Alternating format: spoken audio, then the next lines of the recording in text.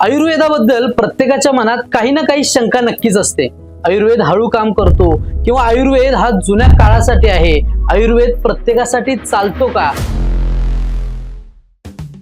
या सगळ्या शंका दूर करण्यासाठी रुद्र आयुर्वेद संजीवनी संवादच्या या दुसऱ्या भागात माझ्यासोबत आहेत रुद्र आयुर्वेद चिकित्सालयाचे वैद्य प्रणव डिग्रजे सर. सर नमस्ते. सर, आयुर्वेदाबद्दल लोकांच्या मनात इतक्या गैरसमज का आहेत? आयुर्वेद हे एक आपण म्हणतो दीर्घकालीन किंवा शाश्वत चिकित्सामधली एक चिकित्सा आहे. यामध्ये आपण मुळावरती जाऊन आजाराच्या मूळ काढ शोधून किंवा आजाराचे कारण शोधून आपण त्याच्यावरती चिकित्सा करतो. यामध्ये मग आहार-विहार असेल किंवा आपण दिनचर्या म्हणतो, ऋतुचर्या म्हणतो. या सर्व गोष्टींवरचा विचार करून आपण त्याच्यावरती उपचार देतो. की आपण फक्त लक्षणं नाही बरं करत, तर आपण त्या लक्षणांचं कारण बरं करतो. यामध्ये मग लोकांना असं वाटतं की दीर्घकाल वेळ घ्यावा लागणार आहे किंवा आयुर्वेदला खूप कालावधी लागतो, औषधं खूप घ्यावी लागतात, बरंचसं काही करावं लागतं. अशा सर्व गैरसमजांचं कारण असं असतं की अज्ञान, की आपल्या लोकांमध्ये आयुर्वेद बद्दलचं बरंचसं अज्ञान राहिलेलं आहे. ते अज्ञान जोपर्यंत हटत नाही किंवा लोकांमध्ये आयुर्वेदचं प्रबोधन जोपर्यंत होत नाही ना, तोपर्यंत हे असे गैरसमज समाजामध्ये दिसून येतील. म्हणजे एकंदरीत या धावपळीच्या जगात लोकांना असं आहे की 30 सेकंदाचा रील संपायच्या आधी आयुर्वेदातून माणूस बरा व्हायला अगदी पाहिजे, अगदी अगदी असं तसं लोकांना वाटतंय. आता कसं झालंय, ह्या धावपळीच्या जीवनामध्ये सगळ्याच गोष्टी इन्स्टंट हव्या झाल्यात लोकांना. यामध्ये इन्स्टंट नूडल्स असतील, इन्स्टंट उपचार असतील किंवा इन्स्टंट ट्रीटमेंट असेल. तसं न करता आपण जर एक विचार केला, की आपण शाश्वत उपचार जर घेतले किंवा स्थैर्य उपचार जर घेतले, तर आपल्याला तेच उपचार आपल्याला लाँग टर्मसाठी किंवा खूप दीर्घकालीन आजारांवरती शाश्वती देऊ शकतात किंवा दीर्घकालीन आजारच येऊ नये अशा गोष्टींपासून आपल्याला सुरक्षा मिळू शकते. निरोगी राहू शकतो. आयुर्वेद ह्यावरतीच काम करतो, की आपल्याला आजारच होऊ नये किंवा आपल्याला कुठल्या पद्धतीचे लक्षणच दिसून येऊ नये अशा सर्व गोष्टींचा विचार करून हेतू असेल, लक्षणं असतील, या सर्वांवरती चिकित्सा केली जाते. यामध्ये संस्कार केले जातात, शरीरावरती उपचार दिले जातात, प्रत्येक अवयवाचा विचार केला जातो आणि त्याच्यावरती उपचार दिले जातात. त्यामुळे आजाराला थोडा तुम्ही कालावधी दिला किंवा तुम्ही तुमच्या लक्षणांवरती जर मात केली आणि सांगितल्या पद्धतीने वैद्यांचा सल्ला घेऊन तुम्ही जर हेतू विपरीत चिकित्सा जरी घेतली, तरी तुम्हाला लक्षात येईल की आपल्याला जो आजार होतोय तो पुढे कुठल्याही कालावधीमध्ये दिसून येत नाही. एकंदरीत आयुर्वेदिक चिकित्सा जर योग्य पद्धतीने आणि योग्य वेळी घेतलं तर तो आजार पूर्णपणे बरा होऊ शकतो. हो हो हो, अगदीच. आपण जर आपल्या शरीरावरती व्यवस्थित उपचार घेतले किंवा अगदी वैद्यांनी सांगितल्या पद्धतीने आहार विहार जर घेतला, चिकित्सा जर व्यवस्थित घेतली, तर मोठमोठे आजार जसे की डायबिटीज असेल, हायपरटेन्शन असेल, लैंगिक समस्या असतील, कुठल्याही पद्धतीचे मोठमोठे आजार असतील, ते 100% खात्रीशीर बरे होतात. यामध्ये आपण औषधी योजनांसोबत आहाराचा विचार, दिनचर्याचा विचार, ऋतुचर्याचा विचार देखील दिला जातो.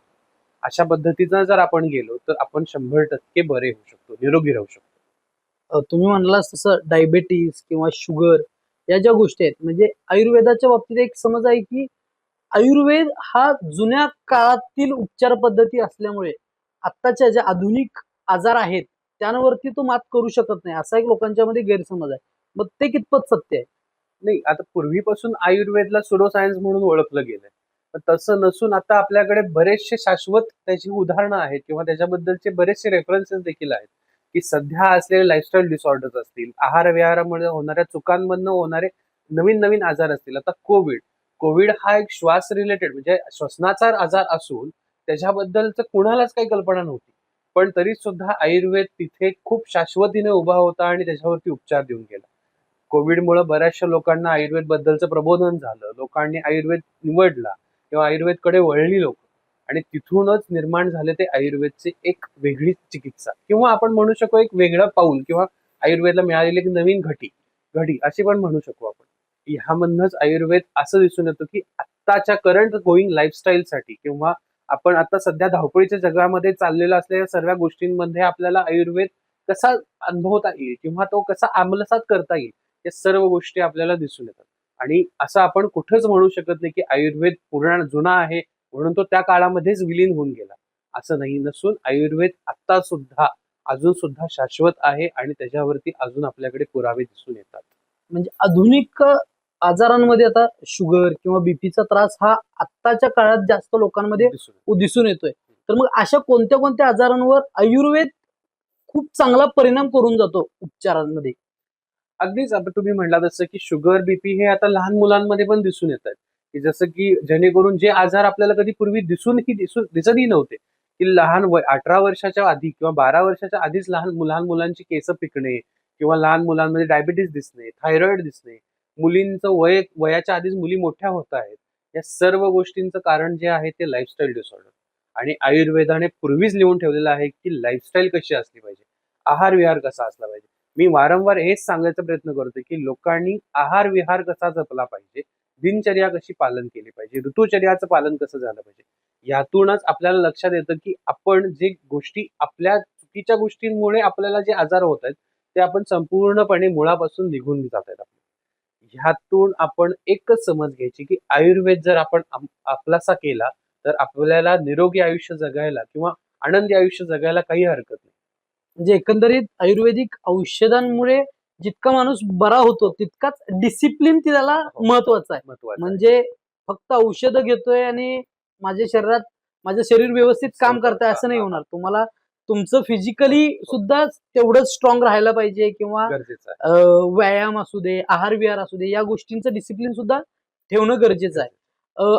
अजून एक सगळ्यात महत्वाचं म्हणजे आता आयुर्वेद घरात काही लोक असं म्हणतात की हळद पावडर असेल किंवा आलं, या ज्या गोष्टी आयुर्वेदाच्या आहेत, की घरगुती उपचार जे लगेच लोक घेतात, एक छोटे छोटे उपचार आहेत असंच लोकांना वाटतं. आयुर्वेदिक म्हणजे काय खूप मोठे उपचार किंवा खूप औषध आहेत, काढा वगैरे या गोष्टी वाटतात. तर त्या बाबतीत काय गैरसमज आहे लोकांच्या मनात? गैरसमज असं म्हणता येणार नाही. लोकांना अज्ञान असल्यामुळे ह्या बाबतीत असं वाटतं, की घरगुती गोष्टी उपाय केले, की आपण आजारावरती मात करतो. ते गैरसमज नसून अज्ञान आहे. आपण घरगुती उपाय म्हणजे तापासाठी आपण आल्याचा रस जरी घेतला तर ताप उतरणारच आहे. किंवा आपण खोकला लागला आहे तर सुंठेचा काढा घेऊन आपण खोकला बरा करू शकतोच. यामध्ये सुंठ गोळी, गुळ आणि सुंठेचा एकत्र करून जर आपण तापामध्ये दिलं, तर ताप आपल्याला चढत नाही. या सगळ्या घरगुती उपायच आहेत. पण हे उपाय आपण वैद्यांच्या सल्ल्यानुसार जर घेतले, तर त्याचे आपल्याला फायदे दिसतात. पण तेच आपण वैद्यांचा सल्ला न घेता जर घेतले, तर त्याचे अपायच दिसून येतात. त्यातूनच निर्माण होतो तो वेगळा आजार. मग आपण आयुर्वेदवरती ब्लेम करतो, की आयुर्वेदमुळे घेतलं आणि घरगुती उपायांमध्ये बरं नाही झालं आणि आयुर्वेदमुळे वेळ लागला. ह्यामधूनच लोकांनी समज एकच घ्यायची आहे, की वैद्यांच्या सल्ल्यानुसार जर आपण आयुर्वेद अनुभवला किंवा घेतला, तर ह्यातून आपल्याला फायदेच दिसून येतात. तोटे नाही. घरगुती उपाय किंवा ह्या सर्व गोष्टींच्या वरती जाऊन आयुर्वेद बराचसा आहे. आयुर्वेद हा फक्त घरापुरता मर्यादित नसून तो घरातल्या प्रत्येक व्यक्तीसाठी आहे. समाजातल्या प्रत्येक व्यक्तीपर्यंत पोहोचला गेला पाहिजे. तर आणि तरच आपण आयुर्वेदाला आपल्या जीवनात एकत्र आणू शकतो किंवा आयुर्वेद आपल्या जीवनामध्ये महत्वाचा रोल प्ले करू शकतो. अजून एक सगळ्यात महत्वाचा गैरसमज म्हणजे काय, की आयुर्वेदामध्ये फक्त काढा किंवा सगळ्याच आजारांवरती एकच औषध असतं असं प्रत्येकाला वाटतं. कारण आयुर्वेदातली औषधं पण दिसतात तशीच, हो. पावडर, नाही, सेम अगदी, कलरची अगदी. पावडर किंवा कुठेतरी एखादी काळी गोळी, पांढऱ्या गोळ्या वगैरे या अशा पद्धतीची औषध असतात. तर मग असं कितपत सत्य आहे, की प्रत्येकाला एकच औषध असतं? नाही, नाही. आयुर्वेदमध्ये असं सांगितलं गेलं, की जितक्या व्यक्ती तेवढ्या प्रकृती किंवा आपण असं म्हणू शकतो, की जेवढ्या व्यक्ती आहेत तेवढ्या प्रकृती वेगळ्या. तर मग आयुर्वेद हा पर्टिक्युलरली व्यक्तीवरती न ट्रीट करता त्या प्रकृतीवरती ट्रीट करतो.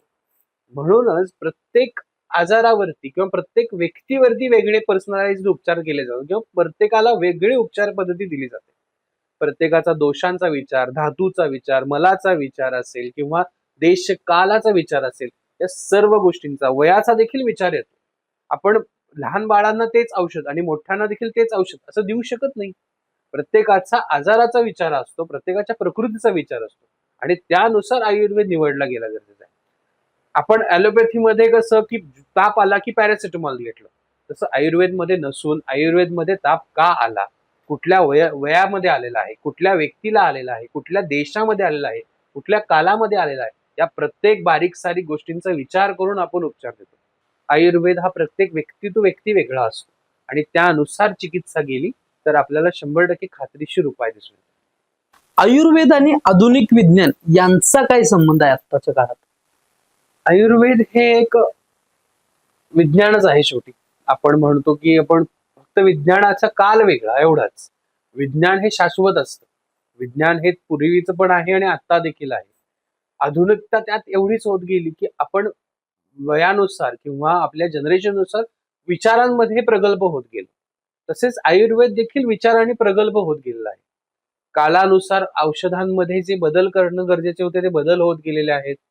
इझी गोईंग म्हणून पूर्वी जे प्रत्येक गोष्ट काढ्याच्या स्वरूपात दिली जायची किंवा काढ्याच्या स्वरूपात वापरली जायची, तसेच आता आपण कशा फॉर्मॅटमध्ये कशा टॅबलेट्स वापरत आहोत किंवा आपण ते इझी घेण्यासाठी योग्य व्हावं, सोयीस्कर व्हावं, त्यासाठी आपण आता आयुर्वेदिक कॉस्मेटिक्स देखील देतो आहोत की ज्याच्यामध्ये आपण क्रीम बेस म्हणजे तेलामधनं क्रीम बेस वापरतो आहोत, ऑइल बेस्ड क्रीम वापरतो आहोत किंवा आपण शॅम्पू देखील एक्स्ट्रॅक्ट फॉर्मॅट मधले शॅम्पू वापरत आहोत.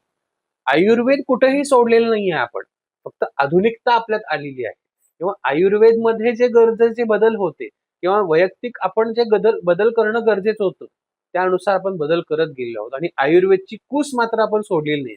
आपण आयुर्वेदची नाळ कायम जोडून ठेवलेली आहे आणि तीच नाळ आपल्याला पुढेपर्यंत घेऊन जायची आहे. म्हणजे काळ जरी बदलला तरी आयुर्वेदात कुठलीही गोष्ट आधुनिकतेला सोडून झालेली नाहीये. अजिबात म्हणजे अजिबात नाही. आयुर्वेद आणि आधुनिकता या दोन्हींचा योग्य संगम होऊन आता एक उपचार पद्धती तयार होतीये. हो हो, अगदीच अगदीच. आपण वैशिष्ट्य म्हणजे काय की रुद्र आयुर्वेदमध्ये देखील आपण हेच करतो आहोत. रुद्र आयुर्वेदमध्ये आपण आयुर्वेदिक कॉस्मॅटॉलॉजी, आयुर्वेदिक ट्रायकॉलॉजी, डर्मॅटॉलॉजी किंवा आयुर्वेदिक कॉस्मेटिक प्रिपरेशन्स देखील आपण करत आहोत.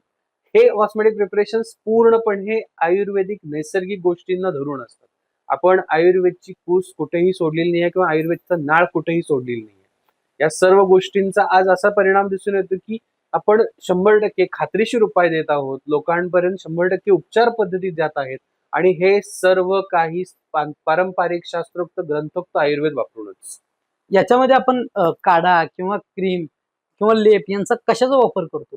आपण आता व्यक्ती टू व्यक्ती जसं म्हटलं आपण की प्रकृती जितक्या तेवढ्या व्यक्ती किंवा जितके प्रकृती तेवढ्या आपण आजाराचा बदल किंवा आहारामध्ये बदल, औषधांमध्ये बदल. तसाच कॉस्मेटिक्स मध्ये पण असा असतो की कॉस्मेटिक मध्ये तुमची स्किन टाईप काय आहे, तुमचं केसाचं हेअर डॅमेज कुठे आहेत किंवा केसांच्या कुठल्या भागावरती उपचार द्यायचे आहेत. आधी, मध्य आणि अंत आयुर्वेदमध्ये वात, पित्त, कफ सारखे बऱ्याचशा शाश्वत गोष्टी आहेत. यामध्ये आधी, मध्य आणि अंत. तसंच आपण केसांच्या रूट्स वरती करायचंय, शाफ्ट वरती करायचंय की टिप वरती उपचार द्यायचे. त्यानुसार तेलांची मांडणी केली गेलेली आहे. त्यानुसार शॅम्पूची मांडणी केली गेलेली आहे. त्यानुसार वेगवेगळ्या हेअर जेल्सची मांडणी केली गेली आहे की आपण भूमीवरती उपचार द्यायचे की मधल्या भागाला द्यायचे की टोकाला द्यायचे. त्यानुसार आपण उपचार पद्धती जर वापरल्या तर आपण वेगवेगळे स्वरूपातले औषधं वापरू शकतो. जेल असेल, क्रीम असेल, शॅम्पू असतील किंवा आपण तेल असेल, तूप असेल, काढे असतील, आसव असतील, अरिष्ट असतील, चूर्ण फॉर्मॅटमध्ये असेल. त्या व्यक्तीनुसार, त्या आजारानुसार आणि त्या देशानुसार औषधं वापरणं गरजेचं असतं. मग याच्यामध्ये आपण म्हणजे काढे, लेप किंवा चूर्ण या सगळ्या गोष्टींचा वापर करूनच हे सुद्धा औषध आपण तयार करतो आणि ते अप्लाय करतो लोकांच्यावर. अगदी अगदी. म्हणजे एकंदरीत काय तर आयुर्वेदासाठी काळ जरी बदलला असला तरी आयुर्वेद शाश्वत आहे आणि तो राहणारच आणि तो 100%. तो मनुष्यासाठी तितकाच महत्वाचा देखील असणार आहे. कारण आयुर्वेदातून जर तुम्हाला बरं व्हायचं असेल तर तुम्हाला स्वतःला डिसिप्लिन लावून घेणं सुद्धा तितकंच गरजेचं आहे. आणि जर हे डिसिप्लिन तुमच्याकडे असेल तर नक्कीच आयुर्वेदातून औषध घेऊन तुम्ही लवकरात लवकर बरे होऊ शकता. तुम्हाला आजचा हा आपला भाग कसा वाटला हे आम्हाला कमेंट करून नक्की सांगा. आणि पुढच्या एपिसोडमध्ये आम्ही असाच एक आयुर्वेदिक संवाद घेऊन येतोय. ते पाहण्यासाठी आपल्या चॅनलला सबस्क्राईब करा आणि हा व्हिडिओ सगळ्यांना नक्की शेअर करा. धन्यवाद.